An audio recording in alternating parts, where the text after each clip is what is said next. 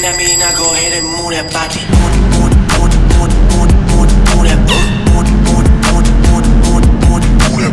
So tagal na natin gumagawa ng mga video, lalo na pagdating sa pagmo-motovlog, merong isang camera na sobrang paborito kong gamitin. At ito yun, ang Insta360 Ace Pro 2. Ngayon, nabaltaan ko na nagkaroon ng collaboration ng Insta360 at ang isa sa mga GOAT ng MotoGP na si Marc Marquez. Which is, by the way, Marc, napapanood mo to ngayon, panigurado, hindi mo ko kilala. At hindi mo rin ako naiintindihan. Pero sir, big fan po. Kaya naman, kumuha tayo nito. Ace Pro 2 in collaboration with Marc Marquez. Dude! Tingnan nyo naman yung packaging, no, ha? Siyempre, dapat pula kasi Ducati. Insta360 at MM93. Uhuy! Buksan natin.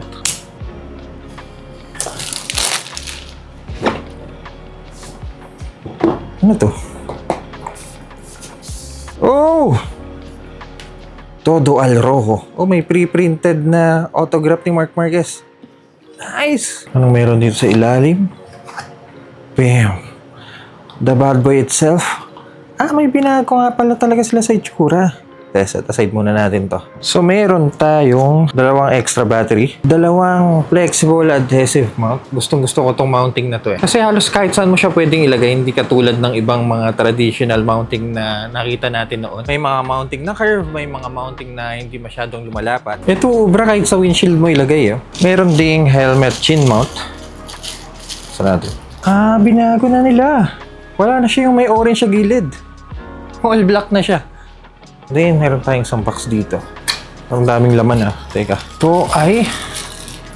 okay. Para extension siya dito sa flexible adhesive mount. Ayan, parang ganyan. Ito, ano to? Alright, so we have the magnetic mount. Dito natin siya ikakabit sa ilalim. Teka, may sticker pa. Tanggalin natin. Ayan, ganyan. USB-C cable. Ito mukhang alam ko kung ano to. Pakita ko na rin sa inyo. Ito ang ating mic cap. Just in case gusto nating lumublob sa tubig or for example, babiyahe tayo sa ulan, nakamotor, tatanggalin natin tong wind guard at kakabit natin tong mic cap. Slide lang natin ito pa kanan. Yan, ganyan. And then, palit nito. 4 na thumb screws. Meron din kasama 128GB na memory card. And stickers at manual. So, this is our Marc Marquez Ace Pro 2. Mga plastic pa, tanggalin lang natin. Just to compare, ito ang standard Ace Pro 2. Ganyan ang itsura niya. At ito ang Marc Marquez Ace Pro 2. Side by side comparison, dito sa baba, lower left, tinanggal nila yung Ace Pro 2 na logo. Pinalitan nila ng Marc Marquez na may red background. And for the wind guard, meron siya number 93. Mukhang yun lang sa bandang harap. Sa taas, meron tayong number 93. Sa gilid, okay, so ginawa nilang red yung button para sa flip screen. Red na din to. Black dito sa standard Ayan, ganyan. Then sa likod, halos wala naman na bago. Sa gilid, ganun din. So for its appearance, yun lang po na bago. Subukan natin yung dalawa kung may pagkakaiba ba kapag bubuksan natin. Okay, so halos parehas lang din. Walang nabago sa mga layout. Pero kung papatay natin. Mayroon siyang special outro para sa Marc Marquez. Cool! Single lens lang ang camera. Hindi ito katulad ng X5 na pwede kang kumuha ng mga 360 footage. Pero ito ang pinakapaborito kong camera kasi perfect to for motovlogging. Once na nilagay mo na siya sa helmet, pwede mo nang kunan lahat ng nasa harapan mo. Napaka-convenient din gamitin kasi madali siyang tanggalin at madali din ikabit dahil sa magnetic mounting ng Ace Pro 2. Madali kong naililipat ang camera depende sa angulo na gusto ko. At for Marc Marquez Ace Pro 2, mayroon tong special layout via Insta360 app na kung saan makikita mo ang stats ng takbo mo at biyahe mo tulad ng speed, acceleration, route, at kung ano-ano pa. Parang si Marc Marquez sa daan nito. Pero diretsuhin ko na kayo Bakit Ace Pro 2 kumpara sa ibang action camera? Bibigyan ko kayo ng 5 rason. Unang-una, yung image quality ng camera. Sa nalpaka ng Leica Samarit lens na makikita natin sa mga professional camera nowadays at gumagamit ng 1/1.3 inch 8K sensor para solid ang quality ng footage mo day and night na kayang mag-record up to 8K 30fps in normal video.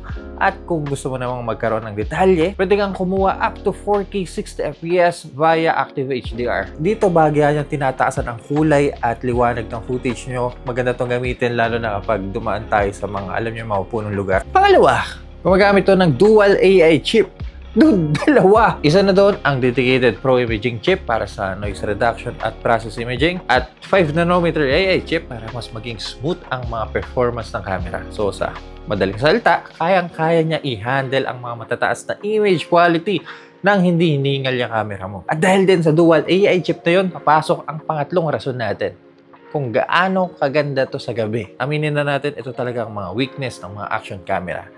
Pero ibahin mo ang Ace Pro 2. Meron tong tinatawag na Pure Video Mode na kung saan ine-enhance niya ang brightness at pas nagkakaroon ng buhay ang footage natin kahit low light. Kaya naman kahit kailangan ko mag-shoot sa gabi o for example umalis tayo ng madaling araw, madali kong na-execute yung mga videos ko kahit madilim pa kasi maganda siya sa low light. Pang-apat ay ang built-in wind guard ng Ace Pro 2. Kung nakasubaybay kayo sa channel natin at napanood nyo recently mga biyahe natin gamit ang Ace Pro 2, maganda ang kinalabasan ng audio natin kahit wala akong external mic. Sayang yung punta natin eh. At least kahit pa paano makita natin ito, malapitan yung mga windmill. Ano bang mga pwede nating puntahan? Yung Kapurpurangan Rock Formation, Saud Beach, pero hindi na natin gugustuhin siguro yun. Yung Bangi Windmill, pwede yun. Dahil to sa built-in wind guard, nilesen niya ang hangin na papasok sa mga footage mo at mas nagiging flawless ang audio. Kaya hindi mo na kailangan ng mga wireless mic dito.